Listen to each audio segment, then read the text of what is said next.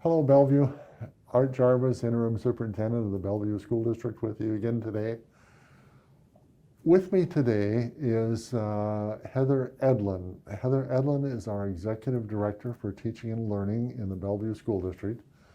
But in this particular context, she is one of the most key players in the Bellevue School District to help people understand what we're doing to keep school open, to meet all the safety requirements for students and staff. And if I did nothing else today other than introduce you to Heather Edlin and give her the biggest thank you on the face of the earth for the work that she and her team have done to enable us to serve families and children in person in schools. Heather Edlin, welcome to our conversation. Thank you, Dr. Jarvis. What we'd like to do today is have Heather be able to translate for us and for you in particular to understand what we're trying to do to be able to have kids in school in person in this era, what it takes to remain open, and I think probably most important, what it takes to keep staff and children safe. So we're going to go into some technical issues, but by and large, we'll try to walk through those in a way that helps you understand where you can find information or guidance, where you can find interpretations, but more than anything in the world, that we hope to be able to help you understand why we're staying in school, how we're staying in school, and what we're looking at in the future. So Heather, I think the first question I'm going to ask of you is, as people hear the phrase learn to return, what in the world does it mean in the world of COVID? So Learn to Return is the organization through Washington State Department of Health that provides guidance and resources to schools to keep our kids in school safely. And they primarily support us with testing. So testing in our school site. So they follow the CDC guidance, and then they interpret that, apply it to Washington State as well as Public Health Seattle King County, and work to keep our kids and students in school. So let me give you another phrase that's tossed around. We're going to deal with it probably in more detail later, but it's test to stay. You refer to tests. Yes. What the heck does it mean to test to stay? Absolutely. Test to stay, I think, gets confused sometimes with testing, but test to stay is actually a modified quarantine opportunity for people who are not vaccinated or not fully vaccinated at this time. So test to stay refers to the opportunity for those individuals, be they staff or students, to stay at school during the time that they would typically have to be in quarantine if they participate in testing. And so they would need to test as soon as they identified that they were a potential close contact of someone with COVID, and again on day 5. And that would allow them, if they're testing negative, to stay at school at a time when they would typically have to be in quarantine as a close contact of a person with COVID. Thanks for that, Heather. And I think the reason I start there is that people hear phrases and they try to figure out what the devil we're doing as a school district and what it means. So what I'd like to have people kind of understand is, first, in order to, you referred to testing and working with the various departments, but in order to literally have students in school this year, what were the key elements that allowed that to happen, perhaps differently than in the past? Yeah. So we did start the year with what we called in our district the Big 9, but those are the 9 mitigating measures that were recommended to us from the CDC all the way down to Public Health Seattle King County. They included things like wearing face coverings, physical distancing, washing your hands, respiratory health, ventilation, all those kinds of things. And most recently, improving upon our abilities to test and vaccinate individuals. Those are kind of our key mitigating measures. You may have seen the mitigating measure diagram that looks like a block of Swiss cheese. And some layers have more holes than others. So for example, physical distancing or masking might be something where that mitigating measure is happening more at some times and less at others. But things like vaccinations have many fewer holes. Things like testing have many fewer holes. They're helping us to keep people as safe as possible. And so we're really at this time emphasizing those layers that have the fewest holes while continuing to reinforce those layers that we've had throughout the year, cleaning and disinfecting, ventilation, et cetera. What Heather just answered, if I can say this for a minute, it is the reason I can look at you and say schools may be the safest places in our entire communities. The things that she just talked about, 9 different measures that ranged from things like the heating, ventilating, air conditioning, filtration system, to the system of where the young people were seated and how adults and kids interacted and how the kids sat and ate lunch, et cetera, provided really a wonderful web of safety measures that allowed us to reopen the schools, to bring kids in 5 days a week and make it happen. But again, set that stage that hopefully we'll walk through some of those areas that we're hearing particular interest in, not just curiosity, but people looking for more information. If I may, I'm going to do a quick frame that said initially there was a lot more attention paid to social distancing, and a year ago that was very important. Whereas this fall, social distancing became less significant and much more manageable. And then as the virus itself changed, the transmissible side of it became breathing on each other, and it wasn't a matter of social distancing anymore. I'm going to try my best to share why you should have confidence in the schools and the staff to be able to implement this, because they've done it very, very well. But what I'd like Heather to do is to talk a little bit about, start from what happens right now if somebody had a runny nose. What are the expectations? And let's take it through a possible case of what that means in the word contact tracing or negative or positive, et cetera. So Heather, if I can set that stage. Let's say I show up in your classroom and I've got a runny nose and I've got a symptom. Yep. What happens? So if you show up in my classroom and you're symptomatic, then what we would be able to do is provide you a diagnostic test at our school. So if you're at school, you become symptomatic, we'll provide you a diagnostic test at the school. We're using PCR tests for our individual diagnostic tests at this time. From there, we'd either identify that you have COVID or you don't. If you don't have COVID and your symptoms are improving, you come back to school. You would isolate right after the test while you're still symptomatic and we don't have a test result. If you were positive, then we would continue your isolation, and that would be for 5 days from symptom onset. The symptom onset would be day 0, and you could come back after you've done 5 days of quarantine or isolation, so you would come back on day 6. In some ways, it probably makes people's heads spin a little bit even at that point, but let me now complicate it further.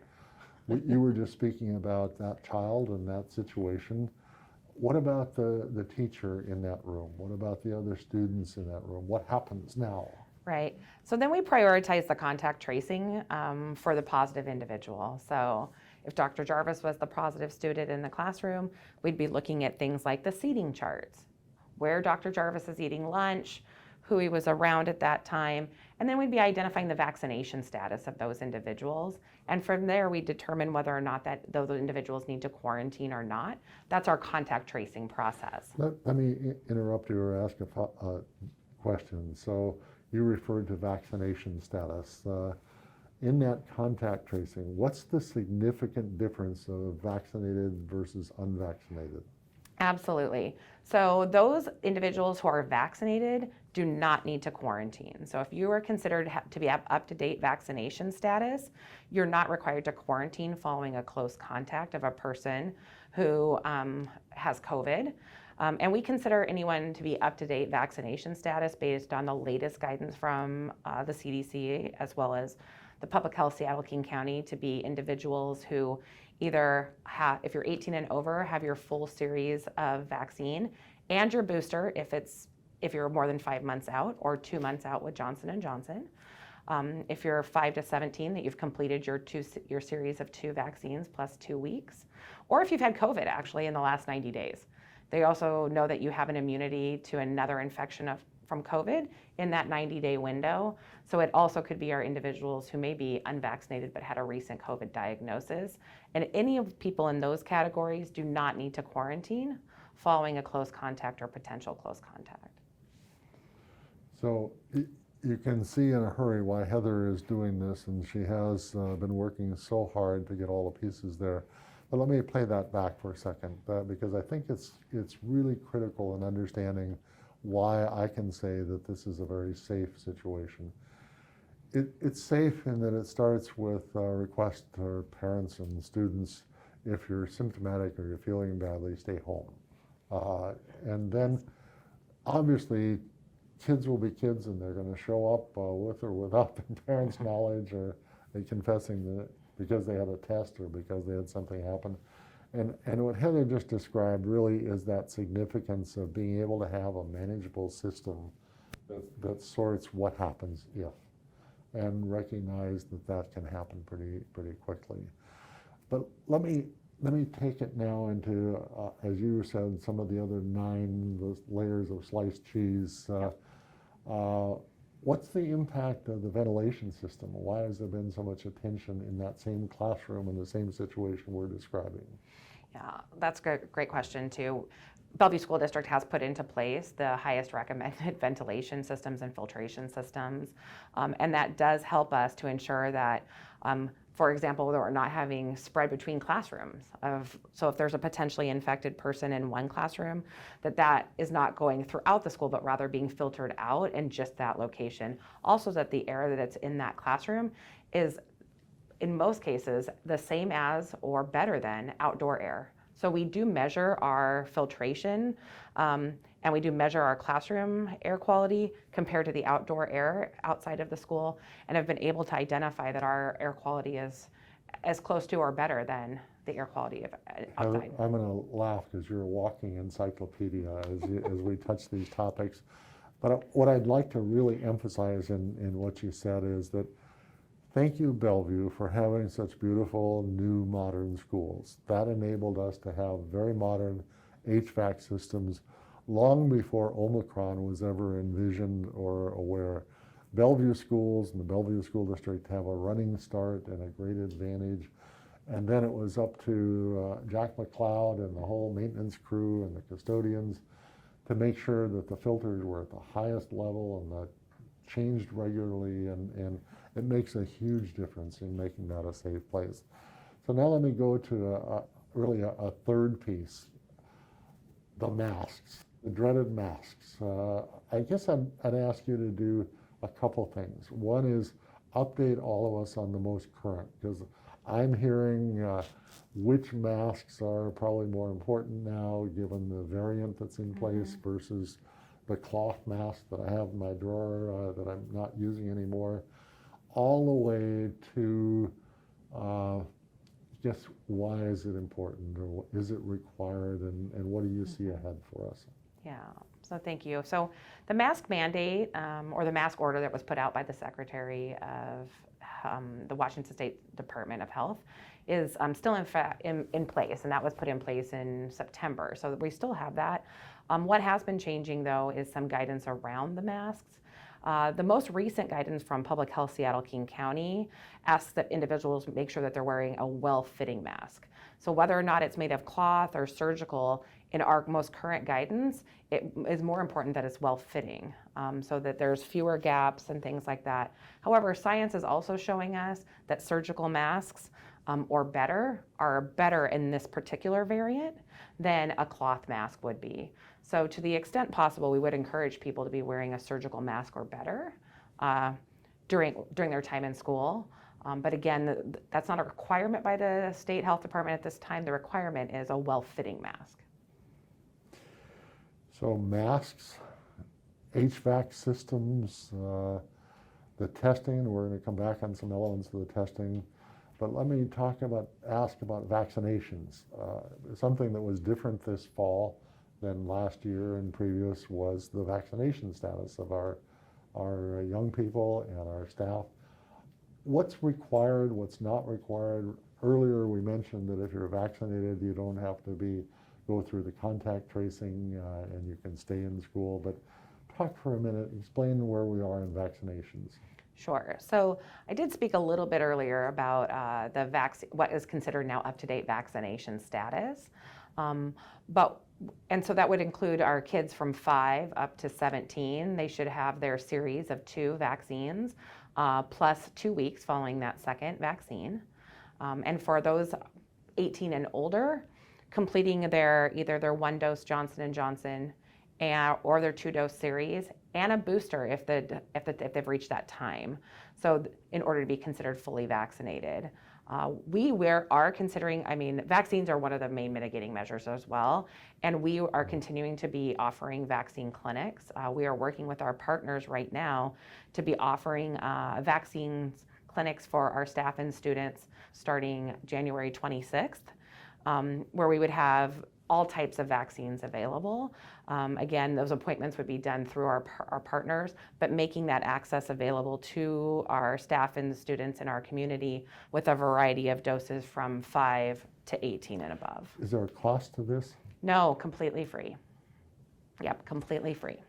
I think it's, again, I'll play it back. Our staff is required to be vaccinated. Yes. And that's a different element than we've seen in the past, so it provides, again, this safety measure of why schools are safe. We had the students from 12 to 19, and I think for this area, if you looked at some of the records, we were looking as high as, 95, 96%? Oh, yes, absolutely. And the last group has been our youngest ones from 5 to 11 that was so that's where we're still offering the clinics, and some parents are still catching up on that one. Absolutely. On top of those clinics that we're offering, which would offer vaccines from anyone from 5 to 18 and above, both boosters and first doses and second doses, we are continuing to provide first and second dose clinics for our youngest students, 5 to 12, who have not been eligible for vaccines as long. So last week, we were offering them at Lake Hills, and we'll continue to be offering those pop-up clinics as well when new things come on board. For example, boosters, let's say, for our kids, let's say, that are younger, 5 to 12. If those start coming on board, then we'll offer additional pop-ups to meet the demand. So I'm going to sort of set the stage, but the question I'm leading to is, what if as a parent I've elected not to have my younger child vaccinated? You touched on that earlier in terms of the difference as far as the contact tracing. I know the health department is strongly recommending vaccinations. Can you speak to that for a minute as far as if a parent is sort of waiting out there to try to decide if it's important? How does this play into the school year? Yeah, absolutely. So with our vaccinated students, as you mentioned, they can stay in school without any additional, testing requirements for those individual students. It is something where the more kids we have that are vaccinated, the less likely there is to be any transmissions occurring in that school. So that density of vaccination helps the entire community. And they have been shown to be safe for those students. So we agree with the Department of Health in encouraging all of those individuals that are eligible to be vaccinated to become vaccinated. Heather, one of the areas that I'm seeing a lot of interest is people who are trying to follow on dashboard to see what's happening and numbers and reporting and the contact tracing. So I'm going to take that kind of as a broad category and let you try to share with people what's happening right now and how does it help? How do they find out information when they need to try to say, I heard something's happening at XYZ school? I'll start first with just the dashboard because that's kind of our transparent place where we're reporting information, and we know that has been an area that's been challenging for us to continue to update in the current surge of cases. So we are changing our reporting process for that in order to make it more real time. So what you'll be seeing will be a streamlined dashboard looking more similar to what we had last year, notifying every school of the cases that have been happening in terms of staff and students by location, as well as all the cases that we've had since January 4th, when we returned to school. But I think what you're really also asking me is, and how do we know what to put on the dashboard? So a little bit about that is every time we get a case, we are still reporting that as required to public health. And we do still have our contact tracing team, and we're implementing the prioritized contact tracing during this surge as recommended by Washington State Department of Health. So that looks like having our team of trained contact tracers, as well as individuals from Washington State Department of Health, implementing prioritized phone calls and communications based upon the risk of transmissions. So that looks like areas where, let's say, we talked about some of these things earlier, maybe masks are not being worn as often, or kids are closer together. Some of those other mitigating measures can't be held with as much fidelity, or vaccine rates are lower. Then those become higher priorities for contact tracing than some of the other areas, for example, classrooms where we know that kids are able to remain 3 feet apart. So those are the priorities. So once we get those cases, then we identify them, and those are going to be added to the dashboard, and it will be retroactive to January 4th. So when that comes on, you will be able to see all of the cases that have been reported to us through January 4th. We do also ask that our community lets us know if their child has been diagnosed with COVID-19. There's a few reasons why that's really important to us. One, we want to have accurate reporting and transparency with our community. Let me say this and then correct me if I apply it wrong, Heather, but in the early days of 18 months ago, whatever, we were seeing, particularly in the schools, a very, very low incidence, and the contact tracing was significant. We could chase down where they sat and who they sat next to. Now that this Omicron has kind of swept through, the contact tracing has taken, it takes too long. Mm-hmm. And testing instead has stepped in as a major assist to us to be able to work quickly and promptly and identify what we need to identify. Is that a fair statement of how that's playing out? That's absolutely a fair statement. I think one thing I might just add to that too is with the level of transmission in the community, previously with the lower cases, when through contact tracing, it was much more easily identifiable where that initial case of COVID may have come from, right? Trace it back to, and you probably got it here. But with the current rate in the community, it becomes much more challenging. There's probably several instances throughout an individual's day where they may have had a COVID exposure. And so therefore that pinpointing down to a specific instance becomes more challenging. So the focus of our contact tracing now is to make sure that we're getting people tested who need to be tested to identify if they have COVID, and less so on that pinpointing, where do we think you got it?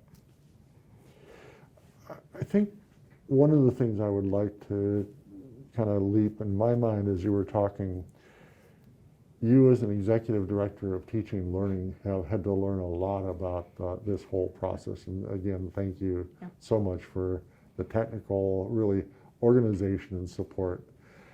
Let me go to a place of why has it been important to have kids in school in person? What have we learned, and why is that significant? Because there's certainly pressure to say, that makes me nervous, and why aren't you doing virtual, et cetera. Talk for a minute you are teaching and learning. Yeah. Why is it important to do this in person? Actually, I really appreciate you asking me that because, in addition to this, one of my departments is also our counseling, social emotional learning, mental health. And in addition to keeping up with our academics, I think you talked about this too in kind of a subtle way before, but being in school in person, we learned when we transitioned before, is so important to kids' social, emotional, and mental health. We've seen that throughout. We've seen kids who, you said, I don't care if I even have a game, just being able to come together for my practice with my group, and it might be the club or the activity or whatever those school-based things are that bring people together in community, are critical.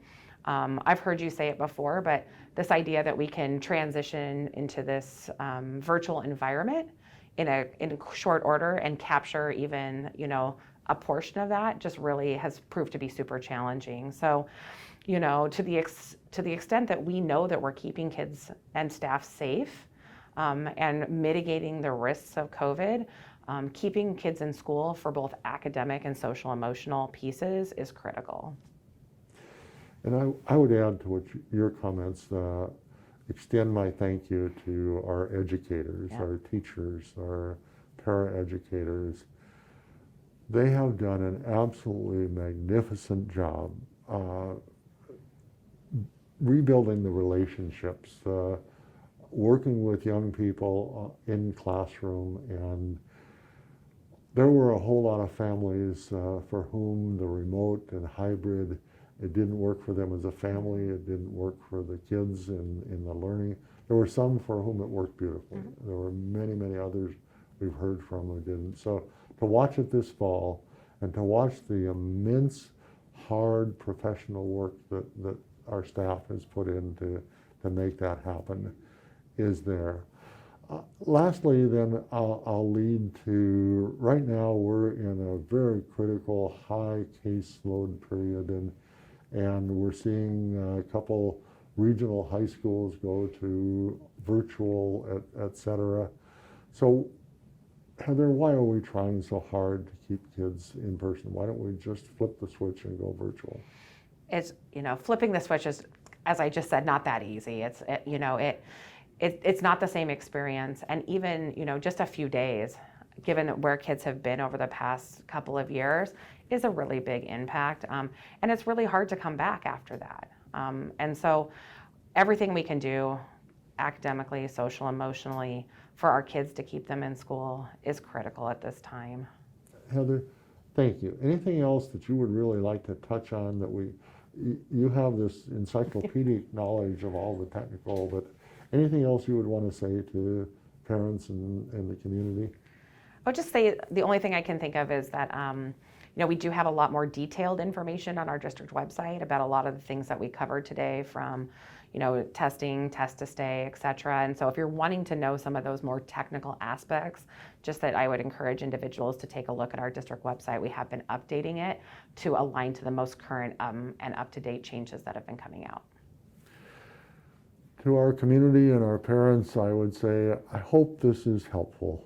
We do have, as Heather says, sources of information, and probably more detail than most people even want to consider, what the ratings of the masks are, et cetera. But our intent today is, as we said earlier, to help you try to understand really why the schools are safe, the magnificent work that our staff has done, our leadership team and what's been put together, and even to get, I guess, a little glimpse of how we're viewing this in terms of the future. And my own statement is I don't think the virus is going to go away. I think it's apparently going to be with us for quite some time. We're trying to learn how to operate a school system forever, but take what comes in terms of the virus and be able to deal with it and keep our young people and our staff safe. So on that note, I will close and say thank you. Thank you.